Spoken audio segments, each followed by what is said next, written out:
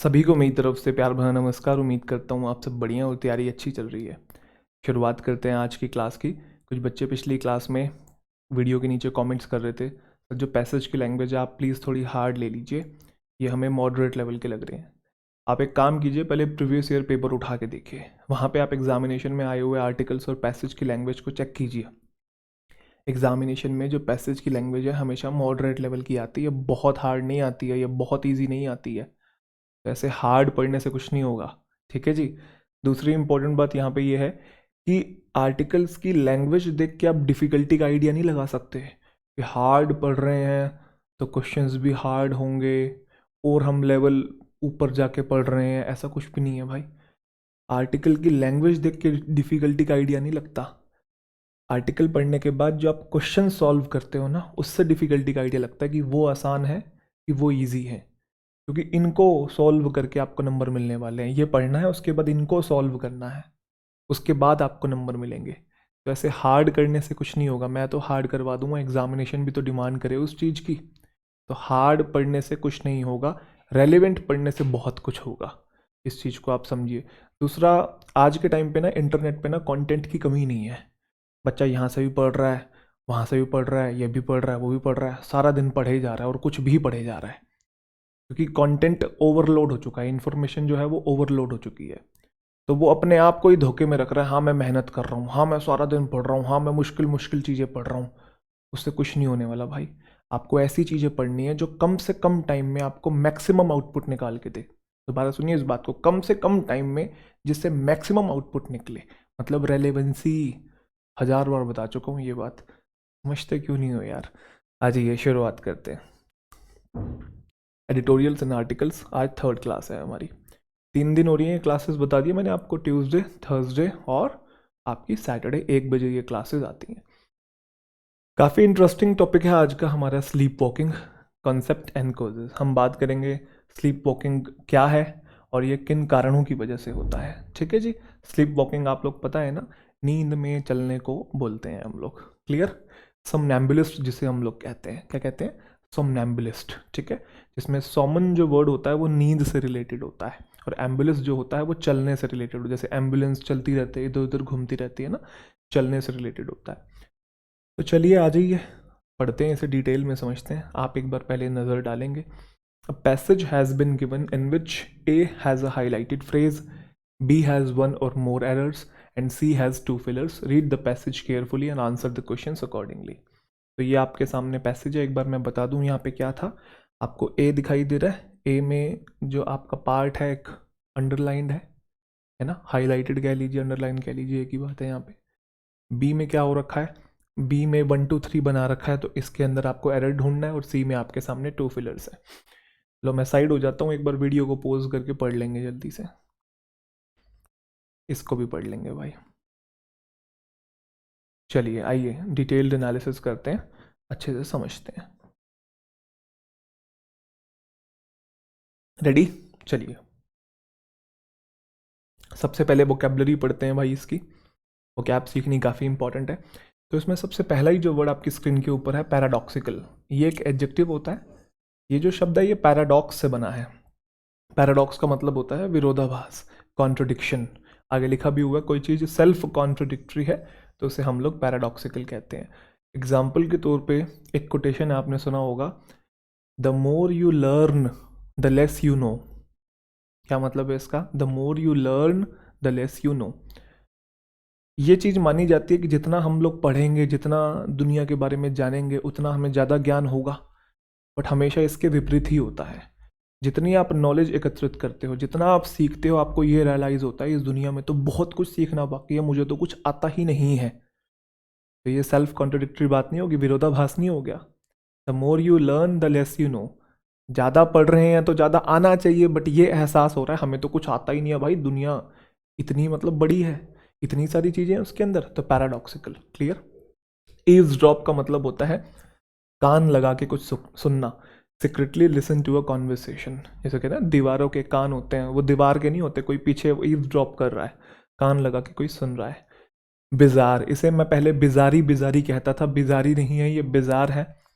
मैंने काफ़ी टाइम तक इसे कॉलेज में बिज़ारी बोला है, बट बिज़ार कहते हैं। एडजेक्टिव इसका मतलब होता है वेरी स्ट्रेंज या फिर अनयूजुअल। विचित्र कोई चीज़ होती है ना, अजीबोगरीब, पेक्यूलियर जिसे हम लोग कहते हैं, वो बिज़ार है।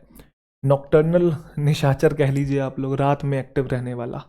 Active and awake at night rather than during the day. कुछ लोग होते हैं ना दिन में एक्टिव रहते हैं ज़्यादा, कुछ लोग रात में एक्टिव रहते हैं। उल्लू जिन्हें हम लोग कह देते हैं कि भाई रात में जागता है ये। अब वो किस वजह से होता है, बॉडी में कौन से बायोलॉजिकल फैक्टर्स जो हैं वो एक्टिव हो रहे हैं वो हमें नहीं पता है, बट नॉक्टर्नल रात में एक्टिव या जागने वाला। स्ट्राइकिंग का मतलब कोई चीज़ अट्रैक्टिव है और नोटिसेबल है, आपकी नज़र में आ रही है और आकर्षण का केंद्र है, तो वो चीज़ क्या है, स्ट्राइकिंग। तो यही बेसिक वोकैबुलरी थी। चलिए, कुछ बच्चे कह रहे थे सर हिंदी लिख दीजिए। अरे यार, पीडीएफ आपको दे रहा हूँ, प्रिंट अगर आप निकलवा रहे हो तो खुद भी लिख लो, और अगर प्रिंट नहीं निकलवा रहे हो तो नोटबुक में नोट ही कर लो यार, कहीं पे कितने वर्ड्स हैं, थोड़ा हाथ से लिख लोगे और इम्प्रूव हो जाएगी। खुद से लिख लो, बता तो रहा हूँ हिंदी में आपको, बाकी मैं कोशिश करूँगा डलवाई दूंगा। ठीक है जी, चलिए पढ़ें इसे। काफ़ी खूबसूरत, काफ़ी प्यारा पैसेज के साथ साथ आज आपको एक्स्ट्रा बातें भी सीखने को मिलेंगी नींद के रिगार्डिंग। काफ़ी सारे मिथ हैं, उसको बर्स्ट करने की कोशिश करेंगे। ठीक है जी, फैक्चुअल डेटा के थ्रू आ जाइए। Sleep walking is a so called arousal disorder. Sleep walking मैंने आपको बताया नींद में चलने को बोलते हैं। ये रंग लाल कैसे हो गया भाई, लहू मुँह लग गया। स्लीप वॉकिंग, नींद में चलना, ठीक है। कौन सा वर्ड बताया था मैंने, समनैम्बुलिस्ट, ठीक है। Sleep walking is so called arousal disorder. Arousal का मतलब होता है जागना, अवेक, जागने से रिलेटेड। डिसऑर्डर मतलब कोई बीमारी। तो स्लीप वॉकिंग क्या है, अराउजल डिसऑर्डर है, जागने की बीमारी है एक तरीके से। A form of partial awakening होता है। अब ये पूरी तरीके से जागना नहीं होता है, अधूरा जागे हुए हैं आप। कब, जब आप सो रहे हैं। मतलब अगर आप नींद में चल रहे हैं तो नींद भी है और चल भी रहे हैं, मतलब जागे हुए भी हैं। तो पूरी तरीके से जागे हुए नहीं है, पार्शियल अवेकनिंग है। पार्शियल मतलब अधूरी, क्लियर। और ये जो डिसऑर्डर है ना, ये प्रभावित करता है कितने परसेंट पॉपुलेशन को, 2.5% एडल्ट को, और 14% जो है बच्चों को ये प्रभावित करती है, ये जो बीमारी है। अब डिसऑर्डर बोला है तो बीमारी है ये। अब कुछ लोग इसे बीमारी नहीं कहते हैं, इसे एक नॉर्मल चीज़ समझते हैं, बट यहाँ डिसऑर्डर बोला है तो हम डिसऑर्डर ही बोलेंगे। ईच नाइट, प्रत्येक night you go through 90 minute cycles of sleep. जैसे आप रात को सोते हैं, 10 बजे सो रहे हैं या फिर 11 बजे सो रहे हैं, और सुबह जितने बजे भी उठ रहे हैं, 6 बजे, 7 बजे, तो जितनी भी देर आप सोए, आप 8 घंटे सोए, आप 9 घंटे सोए या 10 घंटे सोए, ठीक है। तो उन 10 घंटों के दौरान ना, प्रत्येक रात जो है ना, आपकी जो स्लीप होती है उसमें 90-90 मिनट की साइकिल होती हैं। अब वो कौन कौन सी साइकिल्स होती हैं, ये साइकिल वो चलाने वाली साइकिल नहीं है, ये साइकिल ड्यूरेशन की बात हो रही है, clear. Moving through unique stages, तो ये 90-90 मिनट की साइकिल्स होती हैं, स्टेजेस होती हैं, यूनिक होती हैं, सबका अपना अपना फंक्शन होता है। तो सबसे पहले बात करते हैं स्टेज 1 की और स्टेज 2 की, क्लियर। ड्यूरिंग लाइट स्लीप, इसे स्टेज 1 और स्टेज 2 को हम लोग कहते हैं बेटा लाइट स्लीप होती है, कच्ची नींद जिसे हम लोग कहते हैं ना, वो है ये। उसमें होता क्या है, जो हमारा हार्ट रेट होता है, जो बॉडी टेम्परेचर होता है, वो ड्रॉप हो जाता है, गिर जाता है।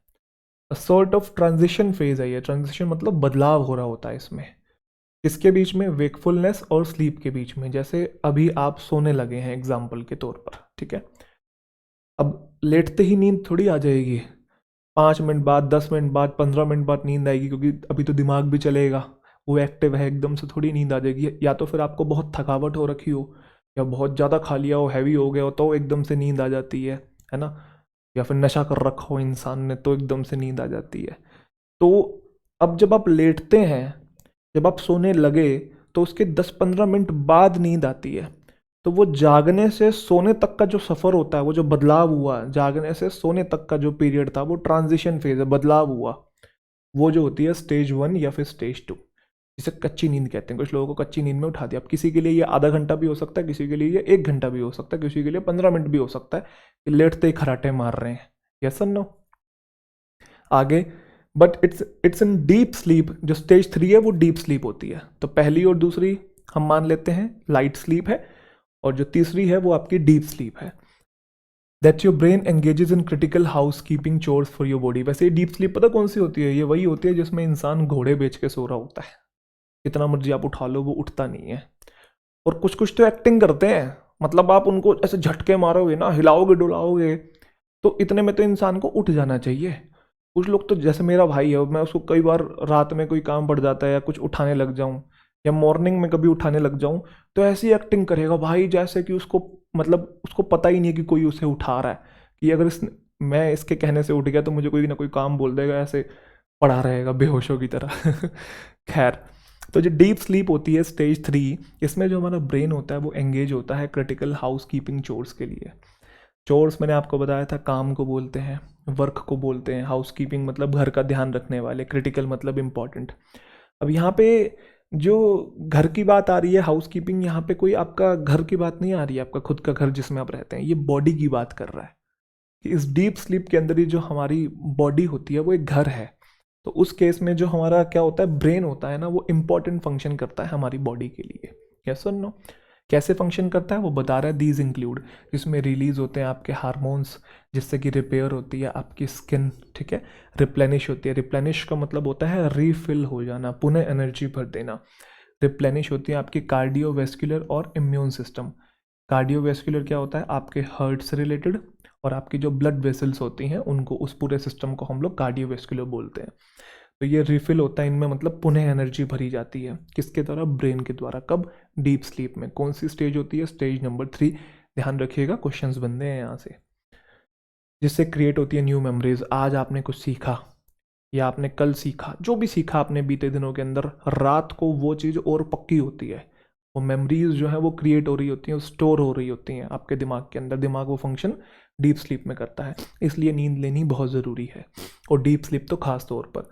आगे जो बोला है, डीप स्लीप जो है एक फॉर्म ऑफ रिस्टोरेटिव स्लीप है। रिस्टोरेटिव का मतलब क्या है, रिस्टोरेशन से आया, कुछ भर देना, मतलब चीज़ें क्या हो रही है यहाँ पे, फिल हो रही है ना, एनर्जी आ रही है आपके अंदर, तो ये सिस्टम इम्प्रूव हो रहा है, मेमोरीज क्रिएट हो रही हैं, स्किन रिपेयर हो रही है, तो इसलिए इसको रिस्टोरेटिव बोला है। ठीक है, रिस्टोरेटिव का मतलब कोई चीज़ अगर ख़राब हो गई है उसे आप बढ़िया कर रहे हो तो रिस्टोर कर रहे हो। And often times it is difficult to awaken the sleeper, जो कि मैंने आपको बोला था, घोड़े बेच के सोया हुआ बंदा है, इस स्थिति के अंदर स्लीपर को जगाना बड़ा मुश्किल होता है। क्लियर है जी? उसके बाद आती है बेटा फोर्थ स्टेज। फोर्थ स्टेज क्या है, so called rapid eye movement, जिसे हम लोग कहते हैं, काफ़ी इंपॉर्टेंट है, जिसे हम लोग REM भी कहते हैं। REM, rapid eye movement. अब ये चीज़ आप कभी एक्सपीरियंस करना, अगर आप कभी जल्दी उठ जाते हैं मॉर्निंग में और आपके घर वाले सो रहे हैं, तो कभी उनकी आंखों की तरफ नज़र डालना, आपको लगेगा कि वो सपने ले रहे हैं, उनकी जैसे आंख बंद है ना और ये हिल रही होती हैं, आंख के अंदर से आई मूवमेंट हो रही होती हैं। कभी नोट कीजिएगा, आपने नोट किया भी होगा आई गेस। जो फोर्थ स्टेज होती है जिसे हम लोग रैपिड आई मूवमेंट के, रैपिड मतलब जल्दी, आंखें हिल रही होती हैं अंदर से, मूवमेंट हो रहा था। अब जैसे मैं जागा हुआ हूँ, मैं यहाँ देख रहा हूँ, वहाँ देख रहा हूँ, ये देख रहा हूँ, ऐसे ही जब हम सपना देख रहे होते हैं, ये तो बंद होता है आगे का जो लिड है, लिड मतलब ये जो आगे का कवर है आंखों के आगे, ठीक है, बट आप वैसे तो सपना देख रहे हो ना एक तरीके से, तो उसमें भी आप इधर उधर जा रहे हो, कर रहे हो, समझ गए ना? समझ गए पक्का? चलो ठीक है। तो जो फोर्थ स्टेज है जिसे हम REM कहते हैं, ये एक पैराडॉक्सिकल स्लीप है। पैराडॉक्सिकल मतलब ये ऐसी स्लीप है जिसमें आप जागे भी हुए हैं और सोए भी हुए हैं, विरोधाभास होता है स्लीप के अंदर। पैराडॉक्सिकल कैसे, उसने आगे समझाया, हम समझते हैं आराम से। एंड फॉर गुड रीज़न, कह रहा है एक अच्छे रीज़न के लिए इसे पैराडॉक्सिकल बोला गया है। क्यों बोला गया है? क्योंकि जो हमारा ब्लड प्रेशर होता है और जो हार्ट बीट होती है और जो ब्रीथिंग होती है वो क्विकन हो जाती है, मतलब बढ़ जाती है।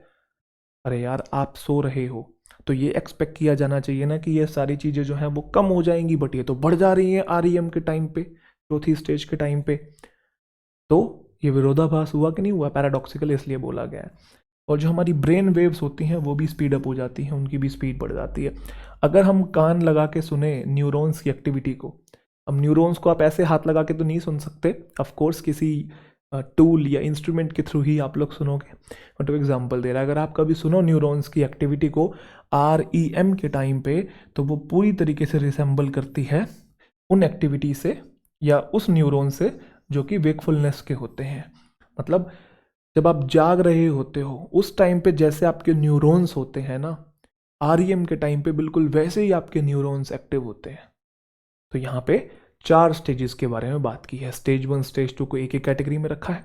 स्टेज 3 डीप स्लीप है आपकी, पहले वाली लाइट थी, फिर ये डीप आई, और आगे वाली आती है आपकी REM। तो चलिए अगले पैराग्राफ पे आते हैं। We have our most crisp life like and emotional dreams during REM sleep. तो क्रिस्प का क्या मतलब हो गया? एकदम बिल्कुल क्रिस्टल क्लियर। लाइफ लाइक का मतलब हो गया बिल्कुल रियलिटी जैसे, और इमोशनल ड्रीम्स का मतलब है कि आप ड्रीम्स के अंदर इमोशंस को भी फील करते हैं। जैसे आपको किसी ने हर्ट कर दिया मान लो ड्रीम्स के अंदर, या आपके क्लोज मेंबर के साथ कुछ बुरा हो रहा है, तो आपको वहाँ पे पेन जो है महसूस हो रहा है। इमोशंस भी हमें महसूस होते हैं, ठीक है। और ये कब होता है? REM स्लीप के टाइम पे। अच्छा देखो, यहाँ पे ये मेंशन नहीं किया गया है कि जो स्टेज 1, 2 और 3 जो होती है उसमें ड्रीम्स आते हैं कि नहीं आते हैं, इसके बारे में बात नहीं की गई है। ये बात किया गया है कि जो REM स्लीप है इसमें ड्रीम्स आते हैं, और कैसे ड्रीम्स आते हैं? क्रिस्प, लाइफ लाइक और इमोशनल ड्रीम्स। यहाँ पे आप एक चीज़ और नोट कीजिए, अब जो स्टेज 4 है वो जनरली कब होगी? स्टेज 1, 2, 3 के बाद में ही होगी। तो कहने का मतलब अगर आप 7-8 घंटे की नींद ले रहे हैं, तो जो आपको रियलिटी वाले जो सपने आपको दिखाई देते हैं ना, वो बाद में दिखाई देते हैं। कहने का मतलब सुबह के टाइम पे। और जब आप उठते हैं तो आपको कुछ चीज़ें याद नहीं रहती, या फिर आप सपना देख रहे होते हैं, एकदम से आपकी नींद खुल जाती है, तो मॉर्निंग के टाइम पे आपको सपने ज़्यादा आते हैं। तो वो जो स्टेज होती है शायद वो REM स्लीप है, ठीक है, क्योंकि उसमें जो आपके ड्रीम्स हैं काफ़ी क्लियर हैं, लाइफ लाइक हैं। To prevent you from acting out these REM dreams and hurting yourself, your brain temporarily paralyzes your entire body। काफ़ी इंपॉर्टेंट पॉइंट है। अब देखो, अगर REM स्लीप के अंदर, रैपिड आई मूवमेंट के अंदर, अगर बिल्कुल रियलिटी जैसे ड्रीम्स आ रहे हैं, उसमें आप इमोशंस भी फील कर रहे हो, तो इमोशंस में तो इंसान कुछ भी कर सकता है, किसी को मार भी सकता है, किसी को हर्ट भी कर सकता है। क्योंकि अगर दिमाग सब में आ जाए, बुद्धि विवेक सब में आ जाए, तो सब समझदार नहीं हो जाएंगे, है ना। बट इमोशंस जब इंसान पे हावी होते हैं, चीज़ें ओवरवेल्म हो जाती हैं उसके ऊपर, तो वो कुछ भी कर सकता है। एंगर जो हो गया वो क्या है? अग्रेशन जो हो गया वो क्या है? एक नेगेटिव इमोशन ही तो है। तो ऐसे केसेस में उस टाइम पे, कब? REM स्लीप के टाइम पे आप अपने आप को हर्ट ना कर लो, क्योंकि चीज़ें एकदम बिल्कुल रियलिटी जैसी लग रही होती हैं दिमाग में, तो आप अपने आप को हर्ट ना कर लो। तो उस हर्ट करने से रोकने के लिए जो ब्रेन है आपका, वो टेम्परेली पैरालाइज कर देता है एंटायर बॉडी को। एग्जाम्पल के तौर पे आप सपना देख रहे हो, और सपने में आपके सामने कोई जानवर आ गया या कुत्ता आ गया, आपको काटने के लिए आपके पीछे पीछे दौड़ रहा है, और आप पत्थर उठा के उसे ऐसे भगाने की कोशिश कर रहे हो, ठीक है। या असली में कोई छोटा पत्थर उठाया, आप भगा रहे हो, मतलब उसको पत्थर फेंक के उस कुत्ते को भगा रहे हो। बट अब ये चीज़ रियलिटी में तो हो नहीं रही है, ये एक ड्रीम है, इल्यूजन है। और असली में आपके साथ में फ़ोन पड़ा था और आपने फ़ोन उठा के फेंक दिया, तो नुकसान हो गया ना। दूसरा, अपने आप को ना पीटने लग जाओ, या फिर, क्योंकि एक तो सपनों में ना डायमेंशन नहीं होता है ना। पता नहीं 1 मिनट के अंदर यहाँ होते हैं, दूसरे मिनट में हम लोग लंदन पहुँच जाते हैं। मतलब एक सपने से दूसरे सपने में कब स्विच करते हैं हमें पता नहीं लगता। तो ऐसी सिचुएशन में बंदा उठ के छत से ना कूद जाए, समझ रहे हो। तो हमारा जो ब्रेन है वो बहुत समझदार है। तो prevent you from acting out these REM dreams, in REM dreams में आप कोई एक्शन ना लें और अपने आप को हर्ट ना करें, तो जो ब्रेन है वो टेम्परेली पैरालाइज कर देता है एंटायर बॉडी को। This transition is tightly controlled by chemicals. और ये करता कौन है? ये सारी चीज़ें जो होती हैं ये कंट्रोल होती हैं कुछ केमिकल्स के द्वारा, जो कि रिलीज होते हैं lower part of the brain से। और ये जो केमिकल्स क्या करते हैं? टिल्ट करते रहते हैं you among sleep and wakefulness. मतलब आप झूलते रहते हैं स्लीप और वेकफुलनेस के बीच में, इन केमिकल्स की वजह से। कि मतलब आप जागे भी हुए हैं और सोए भी हुए हैं, तो एक ऐसी सिचुएशन में झूल रहे हैं कि आप जाग रहे हैं, सो रहे हैं, पता नहीं है। वैसे सो रहे हैं और दिमाग में सपने चल रहे हैं, रियलिटी में ऐसा लग रहा है कुछ हो रहा है, बट हो नहीं रहा होता है।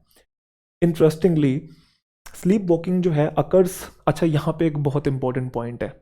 अभी हमने चारों स्टेजेस की बात करी, 1, 2, 3, 4। अब इन चारों स्टेजेस को पढ़ के आपको ये फील हुआ होगा कि जो स्लीप वॉकिंग है वो कब होती है। तो किसी के भी मन में आ सकता है कि REM स्लीप के टाइम पे होनी चाहिए, क्योंकि इसी के टाइम पे जो हमारा दिमाग है ज़्यादा एक्टिव रहता है। तो बंदा अगर चल रहा है ना, तो वो कौन सी स्टेज में होगा? जनरली REM स्लीप में ही होगा, नींद में अगर कोई चल रहा है। बट ये एक बहुत बड़ा मिथ है, भ्रम है, ये गलत फहमी है लोगों को। तो इंटरेस्टिंगली उसने बोला कि जो स्लीप वॉकिंग होती है ये REM के टाइम पे नहीं होती है, डीप स्लीप के टाइम पे होती है। जब आप घोड़े बेच के सो रहे होते हैं ना, उस टाइम पे इंसान नींद में चलता है। अब आप सोचो कितनी इंटरेस्टिंग बात है, जिसकी वजह से डिस्पेल हो जाती है। डिस्पेल का मतलब दूर हो जाता है कॉमनली हेल्ड मिथ, एक ऐसा भ्रम जिसे अक्सर लोग मानते हैं, वो भ्रम जो है लोगों का दूर हो जाता है। क्या भ्रम? कि जो स्लीप वोकर है, मतलब नींद में चलने वाला है, वो एक कंफ्यूज ड्रीमर है। हमको क्या लगता है कि ये नींद में चल रहा है, ये सपना ले रहा है, मतलब चल रहा है, ये सपने में चल रहा है, इसलिए ये नींद में भी चल रहा है, किचन तक चला गया है ना, ड्राइंग रूम में घूम रहा है। तो हमको लगता है ये कंफ्यूज ड्रीमर है, जबकि ड्रीम्स तो मोस्ट ऑफ द केसेस में कब आते हैं? REM के टाइम पे आते हैं। तो लोग यही मानते थे कि ड्रीम कर रहा है इसलिए स्लीप वॉक कर रहा है। तो ये एक मिथ है लोगों को कि जो स्लीप वॉकर है वो ड्रीमर होता है, वो बस घूमता रहता है इधर उधर हाउस के अंदर और bizarre acting out bizarre dreams, और अजीब गरीब उसको सपने आ रहे हैं और उन सपनों की वजह से वो एक्ट कर रहा है, वो इधर उधर चल रहा है। बट ये मिथ है। जो स्लीप वॉकिंग होती है वो REM स्लीप के टाइम पे नहीं होती, वो डीप स्लीप में होती है। काफ़ी इंपॉर्टेंट पॉइंट है। चलिए, while it is not known what exactly would trigger the brain to go into this odd sleep and awake state simultaneously। अब हमें नहीं पता है कि ऐसी क्या चीज़ है जिसकी वजह से ट्रिगर होता है ब्रेन, जिसकी वजह से वो एक ओड स्लीप और अवेक स्टेट में साइमल्टेनियसली चला जाता है। साइमल्टेनियसली का मतलब होता है एक साथ, कि सोया भी हुआ है और जागा भी हुआ है। ये किस वजह से होता है इसके बारे में हमें कोई जानकारी नहीं है। बट आगे बोल रहा है जीन्स जो हैं वो एक इंपॉर्टेंट रोल प्ले करते हैं। सब्सटेंशियल का मतलब होता है बेटा important. Clear? In fact, a person can experience sleepwalking 10 times more frequently if a close family member also experiences it. In fact, a person can experience sleepwalking. एक इंसान sleepwalking को experience कर सकता है 10 गुना ज़्यादा उस इंसान से जिसके घर में कोई sleepwalking नहीं करता है। अगर आपके घर में कोई क्लोज मेंबर sleepwalking करता है ना, तो 10 गुना ज़्यादा चांसेस हैं उस परिवार में किसी के sleepwalking करने के। क्लियर है? अच्छा, वैसे एक नींद में बोलना भी तो होता है, सोमनोलॉक्विस्ट। इसकी प्रोनाउंसिएशन एक बार चेक करेंगे। पहले वाले की तो सोमनैम्बुलिस्ट होती है ना, सोमनैम्बुलिस्ट। इसकी क्या है? सोमनोलॉक्विस्ट, नींद में बोलने वाला।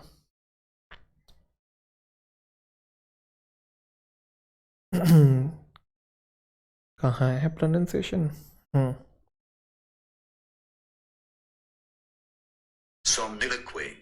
सोमनोलिक्वे, सोमनोलिक्विज्म, सोमनोलिक्विस्ट। ऑक्सफोर्ड में चेक कर लेते हैं एक बार।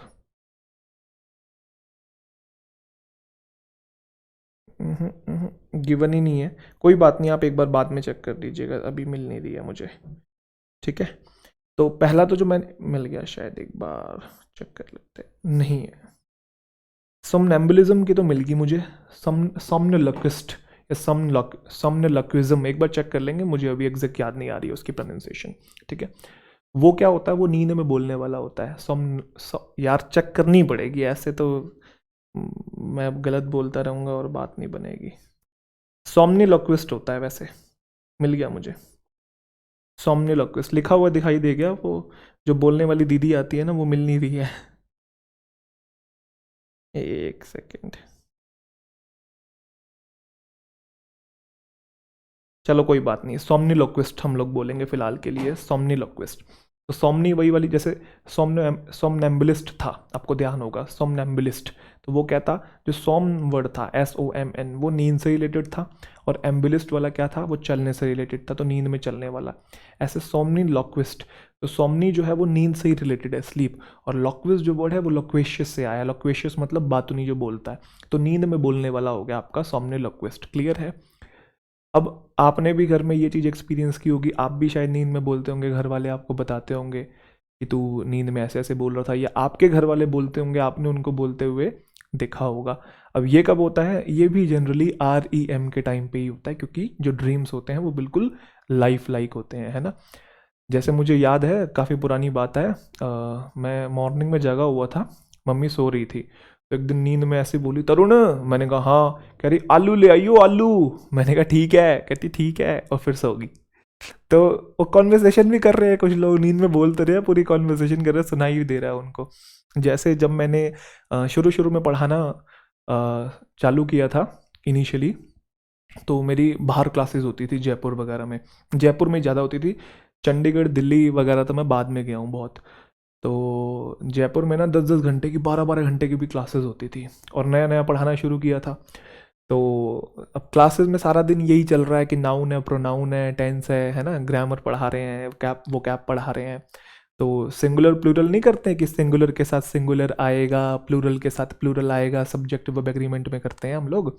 तो नींद में एक दिन मैं ऐसे बोल रहा कि सिंगुलर के साथ सिंगुलर आएगा, प्लूरल के साथ प्लूरल आएगा, बोलो हाँ, मतलब बोलो हाँ तो नहीं था, मतलब नींद में यही बोल रहा मैं। तो एक दिन मम्मी मुझे बता रही बाद में, कहती तू नींद में क्या बोल रहा था? मैंने क्या बोल रहा था? कहते सिंगू के साथ सिंगू आएगा, उसके बाद सिंगू के साथ सिंगू, एक दो शब्द और बोले थे, मुझे याद नहीं आ रहे। तो हो जाता है भाई, है ना, सब बोलते हैं नींद के अंदर। किसी किसी को डर रहता है कहीं नींद में मैं उल्टा सीधा ना बोल दूँ कुछ, है ना, पता नहीं रहता, अब तो बोल दिया नींद में जो बोलना था। In fact a person can experience sleep walking 10 times more frequently if a close family member also experiences it. घर में किसी को स्लीप वॉकिंग अगर कोई कर रहा है तो उसके फैमिली मेंबर के 10 गुना ज़्यादा चांस हैं स्लीप वॉकिंग करने के। अब स्ट्रेस जो है ये ट्रिगर कर सकता है स्लीप वॉकिंग को। आप चिंता बहुत करते हैं, at least make it more frequent and severe. ये ट्रिगर कर सकता है और फ्रीक्वेंट भी हो सकता है, मतलब आप जैसे महीने में अगर 2 बार करते हो तो हो सकता है आप 4 बार भी करने लग जाओ स्लीप वॉकिंग स्ट्रेस की वजह से। सिवियर भी हो जाता है, हो सकता है 5 मिनट के लिए आप स्लीप वॉकिंग करते हो 10 मिनट के लिए करने लग जाओ और आप क्षति भी आपको पहुंच सकती है। तो सिवियर हो सकता है स्ट्रेस की वजह से। मेंटल एंग्विश का मतलब क्या है? मेंटली जब आप पेन में होते हैं, एक होता है फिजिकल पेन, एक होता है मेंटली आप जब परेशान है, पेन में है, तो ये एक मेजर सोर्स है किसका? ब्रेन अराउजल का, which is difficult to switch off at night. तो अगर आप टेंशन में बहुत ज़्यादा है, आपको चिंता किसी चीज़ की हो रही है, तो ये मेजर सोर्स है ब्रेन अराउजल का। इससे जो दिमाग है वो जागने लगता है और जिसको स्विच ऑफ करना बड़ा मुश्किल है नाइट में। नोन एज नॉक्टर्नल अराउजल भी जिसे हम लोग कहते हैं, रात में कोई एक्टिव हो रहा है। जैसे आप सोने लगे हो बट आपको नींद नहीं आ रही है, क्यों? क्योंकि टेंशन बहुत ज़्यादा है। तो वैसे तो बॉडी को तो आप बोल रहे हो चल भाई सोने की स्थिति में चली जा, बट दिमाग एकदम एक्टिव है। तो ये क्या है? कॉन्ट्रोडिक्टरी हो रही है नहीं चीज़ें? बिल्कुल हो रही है। एक स्ट्राइकिंग एग्जाम्पल इस चीज़ का क्या है? Is those who have experienced trauma. जिन्होंने ट्रॉमा समझते हैं, एक्सट्रीम मेंटल पेन कह लीजिए, जिन्होंने ट्रॉमा एक्सपीरियंस किया है ना, तो उनका आप स्ट्राइकिंग एग्जाम्पल यूज़ कर सकते हो, मतलब वो ज़्यादा स्लीप वॉकिंग करते हैं। ठीक है जी। A recent study showed that patients with PTSD have more and long awakening than healthy people do. अब ये PTSD क्या है समझेंगे? Post traumatic stress disorder. क्या मीनिंग होता है? पोस्ट का मतलब बाद में, ट्रोमेटिक का मतलब पेन, स्ट्रेस मतलब स्ट्रेस की वजह से होने वाला पेन, और डिसऑर्डर मतलब बीमारी। तो कैसी बीमारी? स्ट्रेस की वजह से। स्ट्रेस की वजह से, जैसे एग्जांपल मैं देता हूँ, ऐसे समझ में नहीं आएगा। जैसे सोल्जर्स हैं, वो वॉर में जाते हैं, उनके सामने कितना खून खराबा होता है ना। जब वो वॉर से लौट के आते हैं तो उनको PTSD हो जाता है। उस टाइम पे नहीं हुआ, उसके बाद हुआ पोस्ट ट्रोमेटिक स्ट्रेस डिसऑर्डर। तो बाद वो जो ट्रॉमा वॉर के टाइम पे देखा उन्होंने, वो जो उनके सामने सब कुछ हो रहा था वॉर के टाइम पे, जब वो घर वापस आ गए तो उस ट्रॉमा की वजह से उनको स्ट्रेस हो रहा है, उस स्ट्रेस की वजह से उनको डिसऑर्डर हो गया है, और ये बाद में हो रहा है वॉर से आने के बाद, इसलिए PTSD। किसी के साथ कोई भयानक एक्सीडेंट हो गया, कोई हादसा हो गया, और उसकी जो मेमोरीज हैं वो उसको बाद में सता रही हैं, तंग कर रही हैं, उसके दिमाग से निकल नहीं रही है बातें, और उसकी वजह से बहुत परेशान रहता है सारा टाइम, और बीमारी हो गई है उसे, मेंटल एक तरीके से प्रॉब्लम है ये। ठीक है, तो PTSD। तो आगे बोला है वो पेशेंट्स जिनको PTSD होता है उनको मोर एंड लॉन्ग अवेकनिंग्स होती है देन हेल्दी पीपल डू, मतलब वो लंबे समय तक जागते हैं हेल्दी पीपल से कंपैरिजन करें, या उनके साथ ये स्लीप वॉकिंग की जो प्रॉब्लम है वो ज़्यादा होती है। दे simply can not sustain their sleep. वो अपनी स्लीप को सस्टेन नहीं कर सकते हैं, मतलब वो ज़्यादा देर तक नहीं सो सकते हैं, क्योंकि स्ट्रेस की वजह से दिमाग जो है एक्टिव रहता है, वो सोने वाली स्थिति में नहीं जा पाता है। आगे, because of an aroused emotional brain. Aroused emotional brain का क्या मतलब है? ब्रेन जो है जागा हुआ है, अराउज्ड। ठीक है, तो अराउज्ड इमोशनल ब्रेन की वजह से।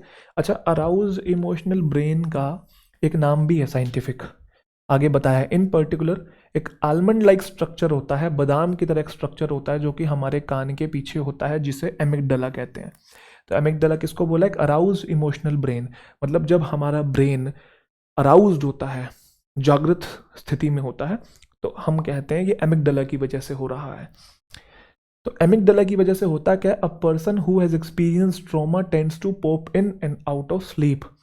तो एमिगडाला की वजह से जिसने एक्सपीरियंस किया कभी जिंदगी में ट्रॉमा, ठीक है, वो इंसान पॉप इन करता है और आउट करता है स्लीप से। पॉप इन पॉप आउट का मतलब है कभी जागता है फिर सोता है, फिर नींद खुल जाती है फिर सो जाता है, टूटती है सो जाता है, समझे? एमिगडाला जो है which makes us feel dash and dash. Amygdala जो है हमें ऐसा और ऐसा फील कराता है, कैसा फील कराता है वो हमें बाद में पता लगेगा, क्योंकि यहाँ से क्वेश्चन है। Is dancing with activity. Dancing with activity का क्या मतलब है? पढ़ते हैं, पहले पूरा पढ़ो। अमिगडाला जो हमें ऐसा ऐसा फील कराता है, is dancing with activity in those with trauma and astonishingly has often balloon in size compare to those without trauma. यहाँ पे वो ये बोलने की कोशिश कर रहा है कि जो एमिगडाला है ना, वो ज़्यादा एक्टिव रहता है उन लोगों में जिनको ट्रॉमा है, जिनको किसी न किसी तरीके का पेन हुआ है, किसी सिचुएशन की वजह से दिमाग पे हावी हो गई है कोई चीज़, तो उनमें एमिगडाला ज़्यादा एक्टिव रहता है और वो बैलून कर जाता है साइज में compare to those without trauma. मतलब जिनके साथ कोई हादसा नहीं हुआ है, अगर उनसे कंपेयर करें तो जिनके साथ कोई हादसा हुआ है उनमें उनका एमिगडाला जो है बैलून कर जाता है साइज में, मतलब बढ़ जाता है। और अगर एमिगडाला बढ़ जाएगा तो जो अराउज इमोशनल ब्रेन है वो और एक्टिव हो जाएगा, तो और जागे रहने की जो प्रॉब्लम है वो बनी रहेगी। यस सुनो, तो मुझे उम्मीद है कि पूरा आपको समझ में आ गया। यहाँ पे 2-3 बातें और समझने वाली है जो कि आपसे रिलेटेड है, समझेंगे आप उसे। अक्सर आपने देखा होगा बच्चे ये बोलते हैं कि सर नींद त्याग दी है मैंने, मैं तो 4 घंटे की नींद लेता हूँ, मैं तो 6 घंटे की, या मैं तो 5 घंटे की नींद लेता हूँ, है ना, मैं तो इतने इतने घंटे पढ़ाई करता हूँ। आप इस चीज़ को एक्सपीरियंस करिएगा कि अगर आप नींद अच्छे तरीके से नहीं लेते हैं तो आपको दिन में फ्रस्ट्रेशन होगी, इरिटेशन होगी, आपको फोकस करने में दिक्कत आएगी, कॉन्सेंट्रेट आप लोग नहीं कर पाएंगे, मेमोराइज करने में चीज़ें में आपको प्रॉब्लम आएगी। तो जो नींद लेनी बहुत ज़रूरी है, क्योंकि अगर आप नींद पूरी नहीं लेंगे ना भाई, तो वो जो आपने एक बीच में पढ़ा था ना, डीप स्लीप लेनी भी बहुत ज़रूरी होती है। आप रीस्टोर नहीं कर पाएंगे अपने ब्रेन को, और जब तक ब्रेन रीस्टोर नहीं होगा अगले दिन जो है एक्टिवली परफॉर्म नहीं कर पाएगा। तो इस चीज़ को समझें। बच्चे जनरली कहते हैं अरे ये मैं तो 4 घंटे, मतलब शो ऑफ करते हैं, है ना, और काफ़ी इम्पोर्टेंट चीज़ से टाइम सेव करने की कोशिश कर रहे हैं। अरे दिन में फालतू की उलूल जुलूल हरकतें करते रहते हैं, वहाँ से टाइम सेव नहीं करेंगे। जो इम्पोर्टेंट चीज़ है नींद, वहाँ से टाइम बचा रहे हैं। तो ऐसा ना करें भाई, नींद पूरी लें। क्लियर है जी? नहीं, ये थोड़ा ओवर मोटिवेटेड हो जाते हैं ना कुछ लोग, है ना, इतना तुम्हें सोना नहीं। अच्छा, एक चीज़ मुझे और याद आई, कहते हैं एक बार नौकरी ले लें उसके बाद तो फिर आराम से पूरी ज़िंदगी सोएंगे। सुना होगा आपने ऐसा कि अभी तो हमारा गोल है, हमारा लक्ष्य है, तो लक्ष्य को प्राप्त करने के लिए हमें अपनी नींद त्यागनी होगी, अपना चैन और सुख त्यागना होगा। अच्छा, आज तो आपका ये गोल है कि आपको एग्ज़ाम क्रैक करना है, कल ज़िंदगी में दूसरा भी कोई गोल होगा। ऐसा तो है नहीं कि ये गोल क्रैक करने के बाद ज़िंदगी एकदम बिल्कुल सेट हो जाएगी, सारी चीज़ें स्मूथ हो जाएगी, ऐसा तो है नहीं भाई। आगे चल के नए गोल आएंगे, नए चैलेंजेस आएंगे, तो फिर से नींद त्यागोगे, फिर से वही 3-4 घंटे की नींद लोगे। तो हमेशा हमें ऐसा रूटीन बनाना चाहिए जिसे हम लॉन्ग टाइम तक सस्टेन कर सकें। यूँ नहीं कि बस 2 महीने आप फॉलो कर रहे हैं उसके बाद आप, समझ गए ना मेरी बात, तो सस्टेनेबल हो कोई चीज़, उसे हमें फॉलो करना है। चलिए जी आगे बढ़ते हैं। तो चलिए प्रैक्टिस क्वेश्चंस की तरफ नज़र डालते हैं। आ जाइए समझते हैं। Which of the following is not mentioned as the causes of sleep walking in the passage. Sleep walking के कारण कौन से नहीं है पैसेज के अंदर, ये बताना है। जेनेटिक इन्वॉल्वमेंट, क्या ये है? हाँ जी, बिल्कुल बात की थी, जीन्स जो हैं सब्सटेंशियल रोल प्ले करते हैं, तो ये तो एक कारण है। Mental agony and trauma, agony का मतलब होता है पेन और आपका ट्रॉमा का मतलब होता है सदमा, ठीक है। तो मेंटल पेन तो एक कारण था, स्ट्रेस एक कारण था स्लीप वॉकिंग का। स्लीप वॉकिंग के कोजेज कौन से नहीं है वो बताना है, बट ये तो थे। तो फर्स्ट और सेकंड तो आपका आंसर नहीं हो सकता। फर्स्ट नहीं हो सकता, फर्स्ट नहीं हो सकता, सेकंड नहीं हो सकता, फर्स्ट नहीं हो सकता, मतलब यही है फिर आगे आंसर। फिजिकल एक्सर्शन, एक्सर्शन मतलब थकावट, तो फिजिकली आप थक रहे हैं, कहीं बोला है इसके बारे में, कहीं बात नहीं की गई है कि इसकी वजह से स्लीप वॉकिंग हो रही है, तो ये नहीं है, तो नहीं वाला ही बताना है हमें। और एक्यूट इंसोम्निया, इंसोम्निया मतलब नींद ना आने की बीमारी, नींद ना आने की बीमारी, इसके बारे में बात नहीं की गई है, तो ये भी नहीं है, ठीक है। 3 और 4 आपके नहीं है, तो ई आपका रॉन्ग हो गया। क्लियर? तो सॉरी, नोट मेंशन था ना, ये बड़ी कंफ्यूजन हो जाती है। कभी पूछा होता है नॉट ट्रू, तो हम ट्रू बता देते हैं, यस और नो, ऐसे ही नोट मेंशन बोला है, तो आपका 3 और 4 जो है वो सही आंसर है। नोट वाला पूछा है ना, वो सही आंसर है, बाकी सारे जो हैं आपके गलत है। क्लियर है? कोई दिक्कत तो नहीं? चले, चलो जी, सही बोल रहा हूँ ना मैं। 1 और 2 की बात मेंशनड है, हमें नोट मेंशन पूछा है, तो ये तो आंसर नहीं होंगे। 1 1 2 2 1, तीन चार मेंशन नहीं है तो नहीं मेंशन वाला पूछा तो तीन चार हो गया, क्लियर है। Fill in the blanks to make the statement grammatically and contextually sound. चलिए जी समझते हैं कैसे कैसे आप इसे एलिमिनेट कर सकते हैं। The amygdala which makes us feel dash and dash is dancing with activity in those with trauma and astonishingly has often ballooned in size compared to those without trauma। पहले vocab सीखते हैं उसके बाद बात करेंगे। पहला है गेटी। गेटी एक नाउन है जिसका मतलब हैप्पीनेस या फिर एक्साइटमेंट, खुशी हो रही है आपको, तो वो क्या है भैया, गेटी है, क्लियर। वर्व, वर्व का मतलब भी एनर्जी, एक्साइटमेंट या फिर एंथुजियाज्म, जोश को हम लोग बोलते हैं। ट्रेपिडेशन, ये एक फीलिंग ऑफ फियर और एंग्जाइटी है about something that may happen. किसी चीज को लेके आपको जो टेंशन हो रही है, ट्रेपिडेशन है, डर कह सकते हैं आप लोग, चिंतित हो रहे हैं आप लोग। ड्रेड का मतलब भी ग्रेट फियर, डर को हम लोग बोलते हैं। विवैसिटी, ये विव शब्द से बना है। विव का मतलब लाइव होता है ना, जिंदा, वीवो के फोन है जैसे हैं। Vivacity, the quality of being attractively lively and animated. तो अट्रैक्टिवली लाइवली का मतलब है जिंदा दिल इंसान आप हैं, पार्टी की आन बान शान है, विवैसिटी आपके अंदर है। गस्टो, गस्टो का मतलब ग्रेट एंजॉयमेंट, एनर्जी और एंथुजियाज्म, कहीं ना कहीं आपको ये सिमिलर दिखाई दे रहे हैं, सिनोनिम है। जेस्ट का मतलब भी एंथुजियाज्म है। रिलायंस का मतलब किसी को ट्रस्ट करना, किसी पर डिपेंड होना।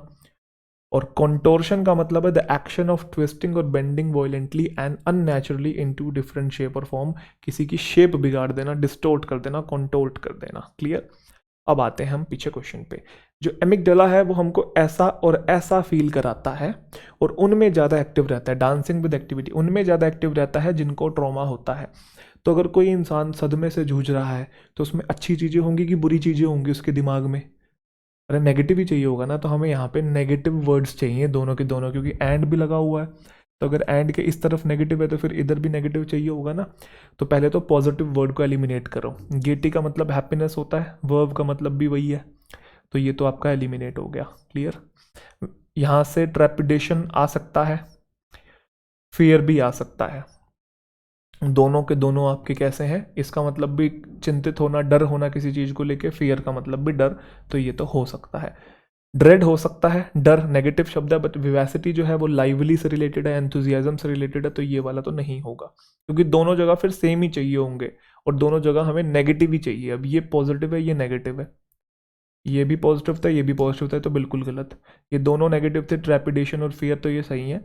ये वाला पॉजिटिव है, ये आपका नेगेटिव है। गस्टो और जेस्ट, ये भी पॉजिटिव वर्ड है, एंथुजियाज्म से रिलेटेड थे, तो आपका ये वाला भी गलत हो गया। कॉन्टोर्शन हो सकता था, नेगेटिव है, किसी को ट्विस्ट कर देना, तोड़ मरोड़ देना, बट रिलायंस एक पॉजिटिव वर्ड है, किसी पर डिपेंड होना, ट्रस्ट दिखाना, तो ये भी आपका गलत हो गया। तो घुमा फिरा के बी ही आंसर बचा, जिसमें ट्रेपिडेशन और फियर दोनों के दोनों एक कैसे शब्द है, नेगेटिव वर्ड है, और एमिगडाला हमारे अंदर डर पैदा करता है, एंग्जाइटी पैदा करता है, और उनमें वो चीज़ ज़्यादा हो जाती है जिनको ट्रॉमा हो रहा है, और उनका साइज बढ़ जाता है, बैलून हो जाता है, कंपेयर करें उनसे जिनको ट्रॉमा नहीं है। बोलो हाँ, नहीं बोलोगे? Why is REM sleep paradoxical sleep? बहुत प्यारा क्वेश्चन है। REM को पैराडॉक्सिकल क्यों बोला गया है? चलिए पढ़ते हैं। क्योंकि जो एक्टिविटी होती है न्यूरॉन्स की REM के टाइम पे, वो बिल्कुल वैसी होती है जैसे कि इंसान जागा हुआ है। बिल्कुल सही, तभी तो पैराडॉक्सिकल बोला है। होना क्या चाहिए था, अगर सो रहा है तो सारी एक्टिविटी भी डाउन हो जानी चाहिए ना, बट वैसी एक्टिविटी है जैसे जागे हुए की हैं, तो ये तो विरोधाभास हो गया ना। एक तरफ सो रहा है और दिमाग की सारी एक्टिविटी वैसी है जैसे कि जागे हुए इंसान की है, तो ये तो विपरीत बातें हो रही हैं। तो कहने का मतलब फर्स्ट बिल्कुल सही है। पैराडॉक्सिकल स्लीप REM को इसलिए बोला गया है क्योंकि जो एक्टिविटीज़ हैं वो सारी की सारी वैसी होती हैं जैसे जागे हुए इंसान की होती हैं, जबकि स्लीप में तो सोए हुए इंसान की जैसी होनी चाहिए। क्योंकि जो REM स्लीप एक रिस्टोरेटिव स्लीप है। अरे भाई, रिस्टोरेटिव स्लीप जो थी वो डीप स्लीप थी, स्टेज नंबर 3, ये तो स्टेज नंबर 4 है, तो इसका तो कोई लेना देना ही नहीं हुआ, तो बात ही गलत है। क्योंकि जो हार्ट बीट है, ब्लड प्रेशर है और जो ब्रीथिंग है वो स्लो हो जाती है REM के टाइम पे, उल्टा बोलना है। पैराडॉक्सिकल इसलिए है, सोए हुए टाइम पे बढ़ जाती है, वो स्पीड अप था ना, याद होगा आपको, स्पीड अप कर जाती है, ब्रीथिंग क्विकन हो जाती है, बढ़ जाने वाला सेंस देना था, वो गलत बोला हुआ, तो ये भी गलत, ओनली फर्स्ट होना चाहिए, D is the right answer. Identify the erroneous part in the given statement, error बताना है। चलिए सॉल्व करते हैं। A recent study showed that patients with PTSD have more and long awakenings than healthy people do. They simply cannot sustain their sleep. दो error मुझे दिखाई दे रही हैं, पढ़ते ही पता लग रहा है। खैर देखो, एक रीसेंट स्टडी ने शो किया है जिसमें ये ए आर्टिकल स्टडी के लिए आया हुआ है, ये आपका नाउन है और ये आपका मेन सब्जेक्ट है, बोलो हाँ, ठीक है। रीसेंट उसको मॉडिफाई करने वाला एडजेक्टिव है। तो स्टडी ने क्या किया, शो किया। ये क्या है, आपकी वर्ब है, पास्ट में गया हुआ है। क्या शो किया है कि जो पेशेंट्स जिनको पीटीएसडी होता है, तो दैट कंजंक्शन है, उसके बाद नया क्लोज शुरू हो गया और ये आपका सब्जेक्ट है और ये क्या है, प्लूरल सब्जेक्ट है। विद आपका क्या होता है, प्रेपोजिशन है और प्रेपो के बाद क्या होते हैं, प्रेपो के ऑब्जेक्ट। तो जो वर्ब आई हुई है, ये वाली वर्ब, ये किसके लिए आई हुई है, पेशेंट्स के लिए आई हुई है। पेशेंट्स प्लूरल है तो वर्ब भी प्लूरल है, ठीक है। तो जिनको पीटीएसडी होता है उनकी मोर एंड लॉन्ग अवेकनिंग्स होती है, मतलब वो लंबे समय तक जागते हैं, कंपैरिजन करें हेल्दी लोगों से। तो आपने यहाँ पे एक चीज़ नोट करी, देन लिखा हुआ है और इधर मोर भी लिखा हुआ है, मतलब देन से पहले कंपैरेटिव डिग्री आना चाहिए। अगर यहाँ कंपैरेटिव है तो एंड के आगे भी तो कंपैरेटिव होना चाहिए, पैरेललिज्म नहीं मेंटेन करोगे। तो लॉन्ग नहीं होना चाहिए, लॉन्गर होना चाहिए। Mistake number 1। तो थर्ड पार्ट में तो मिस्टेक है,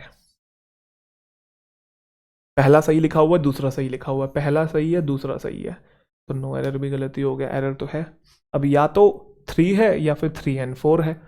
चलिए आगे चलते हैं। दे सिंपली कैन नॉट सस्टेन, साफ साफ पता लग रहा है। अच्छा, दे जो है वो आपका सब्जेक्ट है, ठीक है, और उसकी जो वर्ब है वो कैन नॉट सस्टेन्ड होनी चाहिए थी, जिसमें कैन नॉट जो है वो आपका मॉडल वर्ब है और मॉडल वर्ब के बाद वर्ब की फर्स्ट फॉर्म आती है, तो सस्टेन्ड नहीं सस्टेन होना चाहिए था, V1 चाहिए आपको यहाँ पे। तो हेल्पिंग वर्ब मेन वर्ब मिला के एक वर्ब बन गई, उस वर्ब का सब्जेक्ट क्या है, दे। वर्ब को मॉडिफाई करने के लिए एडवर्ब चाहिए, सिंपली क्या है आपका, एडवर्ब है। अच्छा, लोगों की बात हो रही है, पीपल की, प्लूरल, पेशेंट्स, पीपल, प्लूरल की बात हो रही है ना। ये किनको बोला है, सस्टेन नहीं कर सकते हैं स्लीप, पेशेंट्स को बोला है ना, तो प्लूरल है, तो उनके लिए क्या आया हुआ है, देर आया हुआ है, ये भी एकदम ठीक है। कहने का मतलब चौथे में भी एरर है, तो मतलब ए राइट आंसर हो जाएगा। यहाँ पे आप एक चीज और देखेंगे कि वो आपने पढ़ा है कि she is better than I, वो आपने पढ़ा होगा एक स्ट्रक्चर, शी को आई से कंपेयर कर रहे हैं, she is better than I, लेकिन आगे एम जो है वो अंडरस्टूड होता है, she is better than I am, सुना होगा आपने। ऐसे ही यहाँ पे जो पेशेंट्स को और हेल्दी लोगों को कंपेयर कर रहे हैं, समझे, तो सब्जेक्ट को सब्जेक्ट से कंपेयर कर रहे हैं, तो इस सब्जेक्ट की वर्ब तो ये रही और इस सब्जेक्ट की वर्ब ये रही। अब आपको एक चीज ध्यान होगी, मैं आपको लिख के बता देता हूँ, she is better than I am, she is better than I am, ये होता है ना। अब आपको पता है एम लिखते नहीं है, अंडरस्टूड होता है, और यहाँ पे वही वाली वर्ब होती है जो वर्ब यहाँ पे होती है, यस और नो। तो अगर आप ऊपर देखेंगे, हैव इकलौता आया हुआ है, अकेला आया हुआ है, आगे V3 नहीं है, तो यहाँ मेन वर्ब बन के आया हुआ है। मेन वर्ब बन के आया हुआ है तो 5 फॉर्म में से कोई तो फॉर्म होगी, तो ये पहली फॉर्म है। Have, had, had, having, has, have first form होती है। तो यहाँ पे सिंपल प्रेजेंट टेंस है, इसलिए जब सब्जेक्ट का सब्जेक्ट से कंपैरिजन कर रहे थे, आगे सिंपल प्रेजेंट टेंस है, और यहाँ प्लूरल था फर्स्ट फॉर्म, इसलिए यहाँ पे भी प्लूरल है। समझे कि नहीं। यहाँ आप हैव भी लिख सकते थे और डू भी बोल सकते हैं, एक ही बात होती है। जैसे एक एग्जांपल और दूं, she walks faster than I, she walks faster than I, तो आगे अब आपको क्या लिखना पड़ेगा, I do, she walks faster than I do, समझे कि नहीं। या फिर she walks faster than he, तो गलत हो गया, she walks faster than he does. तो जैसी वर्ब यहाँ होती है वैसी ही वहीं होती है, वो सेम चीज़ यहाँ पे भी हो रखी है। हालांकि यहाँ से एरर बना के नहीं दिया, एरर तो आपको मैंने बता दिया कहाँ से था। खैर आगे बढ़ते हैं। Which of the following set of words from the passage fall under the category of synonyms? आपको बताना है इनमें से कौन सा ऑप्शन सारे के सारे एक दूसरे के सिनोनिम है। चलिए, स्ट्रेस, एंग्विश और ट्रॉमा, तीनों का मीनिंग सेम है, मेंटल पेन होना, स्ट्रेस, एंग्विश और ट्रॉमा, ठीक है, तीनों का मीनिंग सेम है। तो पहला सिनोनिम है। एस्टोनिशिंगली का मतलब होता है सरप्राइजिंगली, इंटरेस्टिंगली का मतलब है जो आपका ध्यान अपनी तरफ खींचे, साइमल्टेनियसली का मतलब कोई चीज़ साथ साथ हो रही हो, तो ये तो एक दूसरे के सिनोनिम नहीं है। क्रिटिकल और सब्सटेंशियल एक दूसरे के सिनोनिम है, इनका मतलब होता है इंपॉर्टेंट, बट पैराडॉक्सिकल का मतलब होता है कोई चीज़ कॉन्ट्रडिक्टरी है, तो ये सारे सिनोनिम नहीं है। अराउजल का मतलब जागना, अवेकनिंग का मतलब भी जागने से रिलेटेड, वेकफुलनेस का मतलब भी जागने से रिलेटेड, मतलब ये है। रिस्टोरेटिव और रिप्लेनिशिंग दोनों सेम है। रिस्टोर करना, रिप्लेनिश करना मतलब पुनः एनर्जी भर देना, फिर से किसी चीज को ले आना, बट डिस्पेलिंग का मतलब है दूर कर देना। तो पहले दोनों तो सिनोनिम है, बट ये वाला नहीं है, तो ये गलत हो गया। 1 और 4 होना चाहिए। 1 4 कहाँ पे है? सी में है, तो C is the right answer. Choose the correct replacement for the underline part of the sentence to make the sentence grammatically and contextually right. चलिए जी, ये जो ट्रांजिशन है टाइटली कंट्रोल होती है उन केमिकल्स के द्वारा जो कि रिलीज होते हैं आपके lower part of the brain से, जो कि आपको जिसकी वजह से आप झूलते रहते हैं स्लीप और वेकफुलनेस के बीच में। यहाँ सबसे इंपॉर्टेंट चीज़ ये है कि दो चीज़ों की बात हो रही है, एक स्लीप, दूसरी वेकफुलनेस। तो दो के लिए हम लोग अमंग का यूज़ नहीं करते, बट अब बिटवीन यूज़ करते हैं, तो लिखा हुआ आपका गलत हो गया। यहाँ पे भी अमंग है, यहाँ पे भी अमंग है, तो बिटवीन यहाँ पे है, यहाँ पे है और यहाँ पे है। समझे कि नहीं? अब आपको ये चीज पता लगानी है कि जो दैट रिलेटिव प्रोनाउन है वो किसके लिए आया हुआ है। वो ब्रेन के लिए आया है कि केमिकल्स के लिए आया है? कि ट्रांजिशन जो है वो टाइटली कंट्रोल होता है उन केमिकल्स के द्वारा जो कि रिलीज होते हैं आपके lower part of the brain से, जिसकी वजह से आप स्लीप और वेकफुलनेस के बीच में टिल्ट रहते हैं। किसकी वजह से? ब्रेन की वजह से या केमिकल की वजह से? चलो एक चीज समझो, चाहे ब्रेन हो चाहे केमिकल्स हो, है तो दोनों के दोनों नॉन लिविंग ना, तो हु तो नहीं आ सकता, ये तो गलत हो गया। समझे कि नहीं? हु तो नहीं आ सकता, तो ये वाला ऑप्शन गलत, बी वाला गलत, सी वाला गलत अमंग की वजह से। अब बचा डी और ई। अगर आप ध्यान से देखोगे यहाँ टिल्ट लिखा हुआ है, कहने का मतलब सेंटेंस में उसने खुद ही हमें ये चीज का हिंट दे दिया है कि जो दैट आया हुआ है वो केमिकल्स के लिए आया हुआ है। क्योंकि ब्रेन के लिए आया होता तो आगे जो वर्ब आती वो सिंगुलर आती, ब्रेन सिंगुलर है तो आगे टिल्ट्स होना चाहिए था। बट यहाँ पे दैट जो है वो केमिकल्स के लिए आया, वो प्लूरल है तो आगे टिल्ट देखो प्लूरल है। तो हमारे पास कोई ऑप्शन ही नहीं है, हमें यही कंसिडर करना पड़ेगा कि जो दैट आया हुआ है कि केमिकल्स की वजह से हम स्लीप और वेकफुलनेस के बीच में झूलते रहते हैं। तो टिल्ट प्लूरल, उसने ऑप्शन ही नहीं दिया कि सिंगुलर प्लूरल में चूज करो, तो हमने अपना दिमाग लगाना ही नहीं, हम आगे चलते हैं। आगे देख रहे हैं तो बिटवीन के साथ आपको पता है और नहीं आता, एंड आता है। आप बहुत अच्छे से जानते हैं आइदर के साथ और आता है, बिटवीन के साथ एंड आता है। तो कहने का मतलब डी जो है आपका राइट आंसर हो जाएगा, that tilt you between sleep and wakefulness. हाँ भाई मित्रों, कैसी है रिपोर्ट? बताते नहीं हो कमेंट सेक्शन में, कनेक्शन बना के रखो, अपना आउटपुट दो। आउटपुट तो मैंने दिया, इनपुट दो है, बताओ। तो तरुण ग्रोवर इंग्लिश टेलीग्राम चैनल है, पीडीएफ यहाँ पे मिल जाएगी, आप बाद में भी अच्छे से सॉल्व कर सकते हैं। कमेंट सेक्शन में बताइए क्लास कैसी लगी और आपके स्लीप के रिगार्डिंग क्या थॉट्स हैं, आप क्या सोचते हो स्लीप को लेके, मुझे बताइए। मैं पढ़ता सबके ज़रूर हूँ, रिप्लाई करना मुश्किल होता है, बट मैं पढ़ता कमेंट सबके ज़रूर हूँ। आप में से कोई नया स्टूडेंट है जो इंग्लिश को बिल्कुल बेसिक से एडवांस लेवल तक प्रिपेयर करना चाहता है, जो चीज़ें मैं पढ़ा रहा था, अगर उन कॉन्सेप्ट्स में आपको डाउट है, कॉन्सेप्चुअल क्लैरिटी आपकी अच्छी नहीं है, तो आप हमारी एप्लीकेशन को डाउनलोड करके वहाँ पे जो कोर्सेज हैं उनको अवेल कर सकते हैं। आप एक बार विजिट करेंगे आपको सारे कोर्सेज दिख जाएंगे। अगर आप कुछ पढ़ना चाहते हैं अच्छे से तो आप ज्वाइन कर सकते हैं, डाउनलोड कर सकते हैं गूगल प्ले स्टोर से, और आप वेबसाइट पे भी जा सकते हैं tarungroverenglish.com। ये नंबर है, कुछ आपको डाउट है कि कैसे आपको कोर्स परचेज करना है तो आप इस नंबर पे इंक्वायर कर सकते हैं। ठीक है जी, बाकी मिलते हैं अगली क्लास के अंदर। अपना ध्यान रखिए और कॉन्टिन्यूटी प्लीज़ बना के रखिए। Thank you so much.